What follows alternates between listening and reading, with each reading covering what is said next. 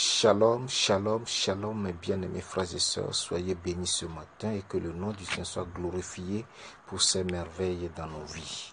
Et ce matin, j'aimerais nous inviter à méditer sur Ecclésiaste chapitre 5, les versets 1, 3 et 4. Ecclésiaste chapitre 5, versets 1, 3 et 4. Je lis la parole de Dieu au nom de Jésus-Christ. Ne te presse pas d'ouvrir la bouche et que ton cœur ne se rate pas d'exprimer une parole devant Dieu, car Dieu est au ciel et toi sur la terre. Que tes paroles soient donc peu nombreuses. Verset 3. Lorsque tu as fait un vœu à Dieu, ne tarde pas à l'accomplir, car il n'aime pas les insensés. Accomplis le vœu que tu as fait. Mieux vaut pour toi ne point faire de vœu que d'en faire un et de ne pas l'accomplir. Amen.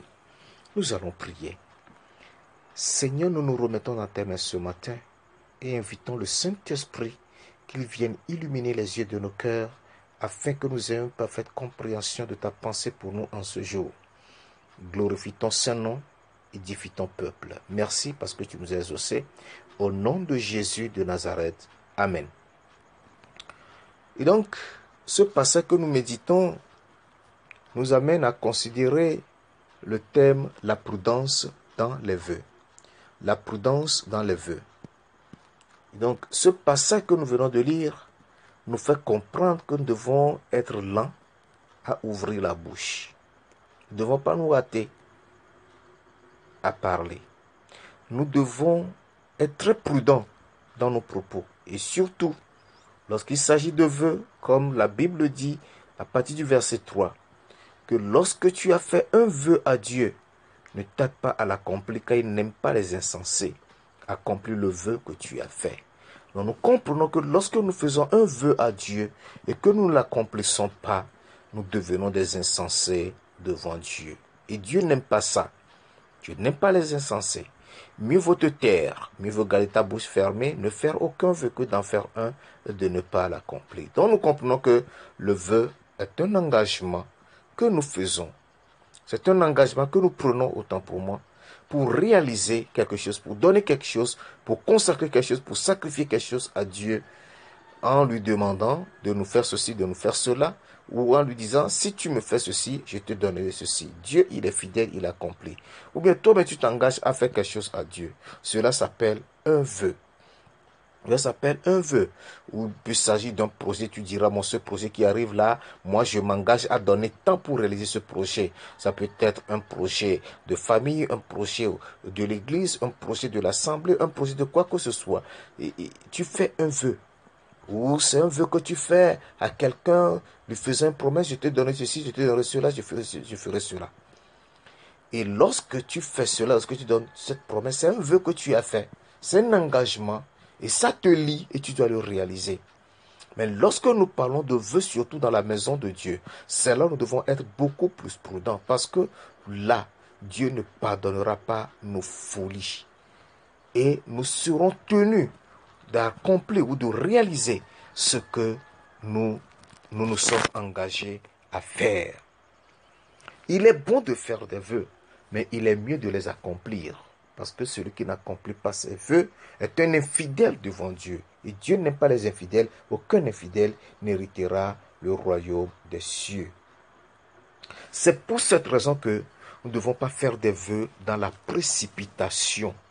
Lorsque tu fais des vœux dans la précipitation, sans réfléchir longuement, sans méditer profondément sur tes moyens d'accomplir ces vœux, sur tes capacités de réaliser ce vœu, sur ta possibilité d'accomplir le vœu dans le temps indiqué, eh bien, tu vas te retrouver piégé par ce qui est sorti de ta propre bouche.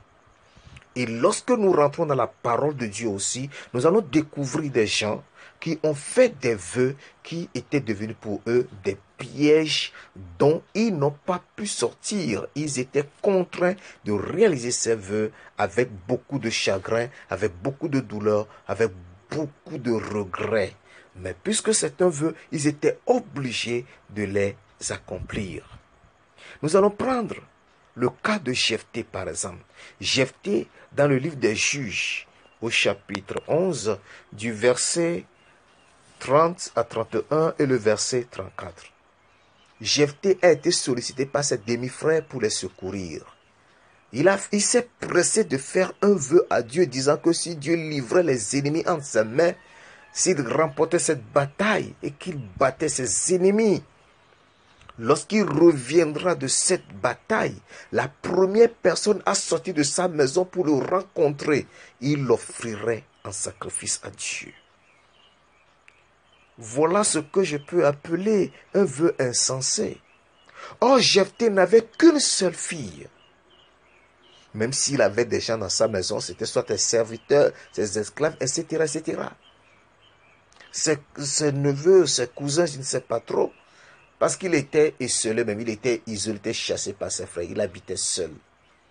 Donc certainement, il avait des esclaves, des gens qui étaient à son service. Il aurait pensé que c'est l'un de ses esclaves qui sortirait à sa rencontre, alors il le sacrifierait, il l'offrirait sans remords, sans regret, sans difficulté. Il n'a même pas pensé à sa fille unique, son enfant unique. Il n'avait qu'une fille. Il n'avait plus d'autres enfants. Il n'avait ni garçon ni autre fille. C'est la seule fille qu'il avait. Mais lorsqu'il revenait de cette bataille, Dieu lui a donné la victoire, il en revenait. La personne qui est sortie à sa rencontre, c'était sa fille unique. Il a dit, oh, qu'est-ce que tu fais en me troublant?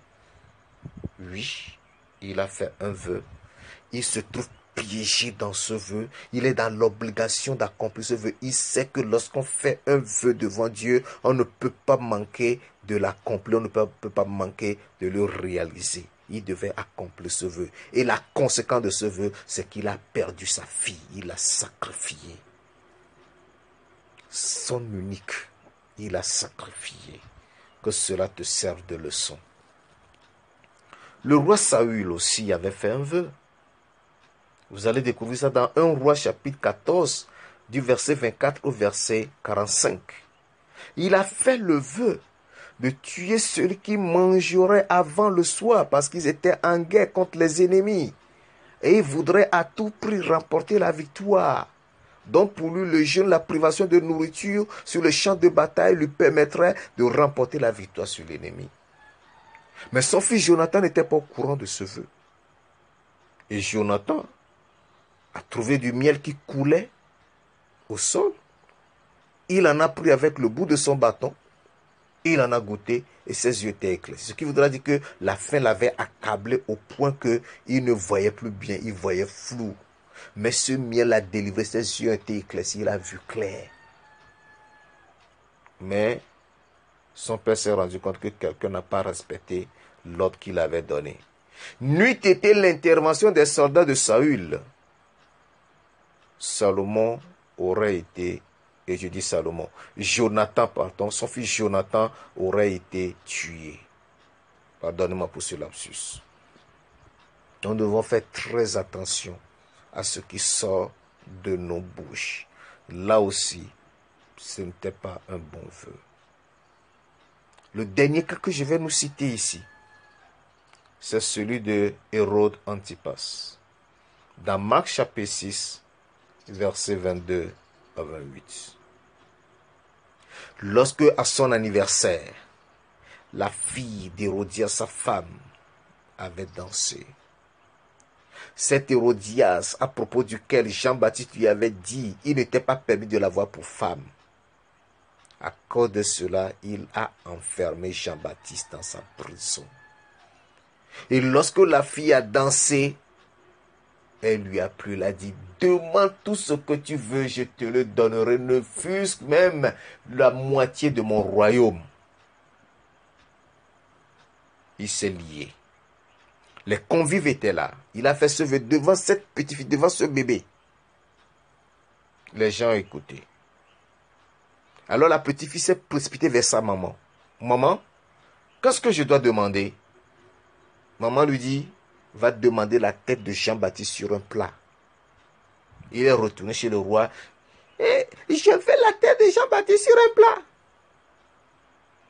Il était obligé d'ordonner que Jean-Baptiste soit décapité, que la terre lui soit ramenée sur un plat. Hérode était obligé de lui donner cet ordre contre son gré, contre sa volonté. Parce qu'il reconnaissait Jean-Baptiste pour un prophète. Il ne voulait pas le tuer, mais il était obligé de le tuer.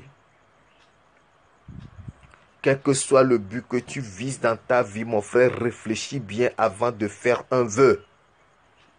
On ne fait pas le vœu dans la précipitation. Surtout, ne te laisse pas influencer par une tierce personne lorsque tu veux faire un vœu. Tu es allé voir un pasteur, un prophète, un évangéliste, qui que ce soit un homme de Dieu, avec un problème, te dit, ok, réfléchis, fais un vœu. Fais un vœu. Et quand tu fais le vœu, il va te demander, oui, qu'est-ce que tu as promis? Et tu dis, j'ai promis tel. J'ai fait le vœu de tel montant. Il dira, mais avec tout ce que tu demandes, c'est tout ce que tu dois faire. Ce vœu est trop petit. Augmente ça.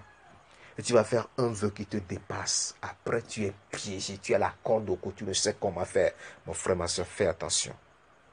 Fais attention. Avant de faire le vœu, réfléchis bien. Parce que la Bible nous enseigne qu'avant de construire, il faut que tu t'asseyes et que tu calcules pour voir si tu as les moyens d'achever ta construction lorsque tu l'auras commencé. Sois sage en faisant tes vœux. Ne te mets pas la corde au cou. Le Seigneur t'aidera. Tu comprendras, que tes yeux s'ouvrent afin que tu ne te trouves pas piégé par ta propre bouche. Que le Seigneur te bénisse, parce que je crois que cette méditation ce matin t'a fait du bien et tu es béni. Que ton nom et que le nom de l'Éternel soit glorifié. Prions le Seigneur. Dieu Tout-Puissant, Père de gloire, je veux te dire merci ce matin. En saint des jours, je veux t'adorer et te magnifier pour la révélation de ta parole. Je prie que tu accordes la grâce à tout ton peuple, à tous tes enfants, Seigneur, à être sages pour ne pas imiter ces trois personnes dont nous venons d'écouter les exemples. Jephthé, Saül, Hérode, Antipas. Mais que, Seigneur, la sagesse puisse nous guider dans nos vœux, dans nos engagements, afin que nous ne nous trouvions pas piégés par ce qui sort de notre bouche. Je vais te dire merci parce que tu nous as exaucés. S'il y en a qui sont déjà piégés, je prie que tu les en délivres au nom de Jésus. Gloire te soit rendue parce que tu as tout accompli. Bénis cette journée et glorifie ton Seigneur dans la vie de tes enfants. Merci Seigneur pour ta fidélité. Au nom de Jésus de Nazareth. Amen. Soyez bénis. Excellente journée. Paix et grâce sur vous et sur vos âmes. Au nom de Jésus-Christ. Amen.